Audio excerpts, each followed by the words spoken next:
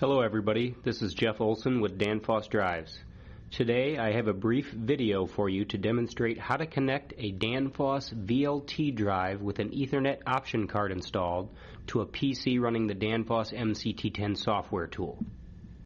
Please take a moment now to pause the video to read the safety warnings shown here. Failure to follow these warnings could result in death or serious injury.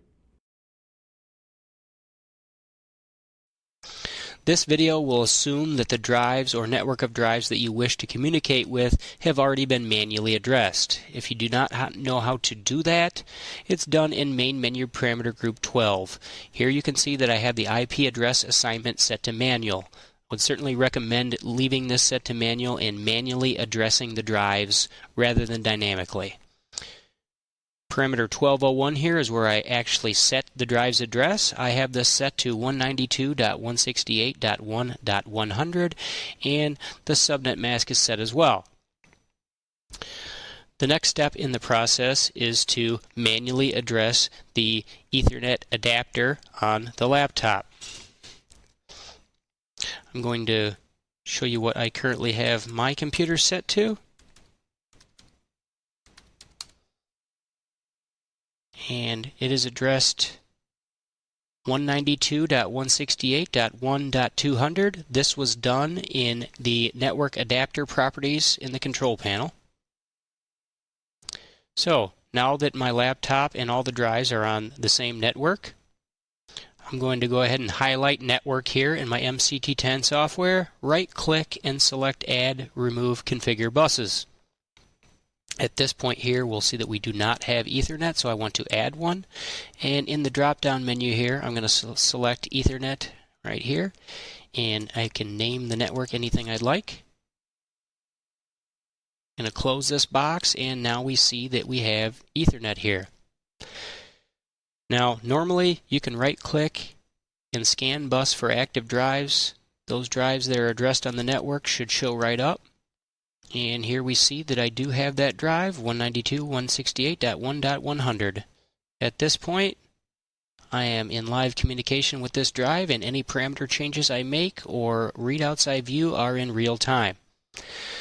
I will note that if you have a problem having the drives appear on the network, you may want to right-click here and go to Configure Bus where we can see the properties. Occasionally you'll see that the default drive discovery method multicast does not work. It certainly works more often than not, but there may be a switch or something that's causing this not to work, and in that case you'd want to go to the range scan and go ahead and select a range to scan that the drives live within. So I would set the start and end address here and then go ahead and scan them. But again, most of the time here the multicast does work, and if you hit refresh it will identify the drive. Even if the drives on the network have not been addressed, the multicast here will still find them, and I can actually go in and manually address them here if I want to. So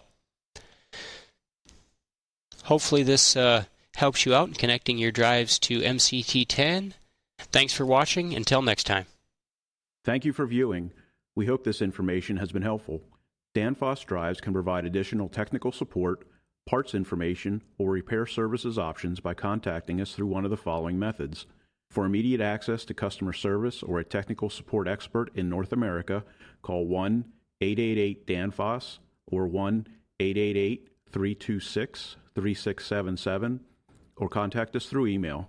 For technical support, the email address is drives.ts.na@danfoss.com. For customer service, the email address is drives.cs.na@danfoss.com. For after-sales service, the email address is drives.ts.service.na@danfoss.com. Additional information is also available on our website at www.danfossdrives.com.